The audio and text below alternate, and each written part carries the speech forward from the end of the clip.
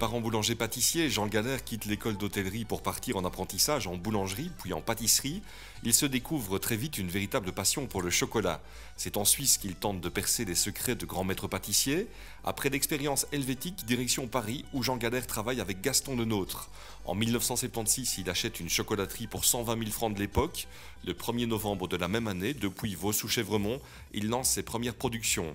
Dès le début de l'aventure, il fabrique de gros bâtons de chocolat, un format inhabituel, pour ne pas dire hors norme, auquel il croit. C'est ce concept qui fera en partie le succès de son entreprise. De 76 à 79, eh bien, on a pratiquement fait tout à la main, puis on a pu s'équiper. En 1981, nous avons déjà commencé les premières exportations vers l'Angleterre, déjà chez Harrods dès 1982.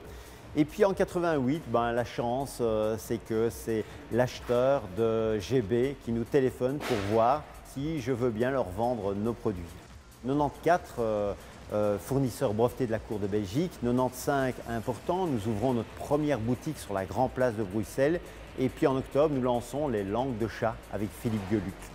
Aujourd'hui, l'entreprise Galère emploie 130 personnes, réalise 20 millions d'euros de chiffre d'affaires et exporte ses produits dans une trentaine de pays. En plus d'un savoir-faire reconnu, Jean Galère est un entrepreneur qui a su se démarquer de ses concurrents avec un marketing très efficace. Vous avez les chocolatiers qui ont leur boutique, comme Leonidas, Neos, Godiva, mais qui ne sont pas dans la grande distribution. Vous avez les chocolatiers comme Suchard, Jacques ou bien Côte d'Or qui sont dans la grande distribution, mais qui n'ont pas leur boutique. Nous sommes présents dans les deux. Ça, c'est un exemple parmi tant d'autres. C'est aussi le fait qu'on dit toujours que nul n'est prophète en son pays. Moi, j'ai toujours été soutenu par les Calidi-Fontains, par les Liégeois, par les Belges en général.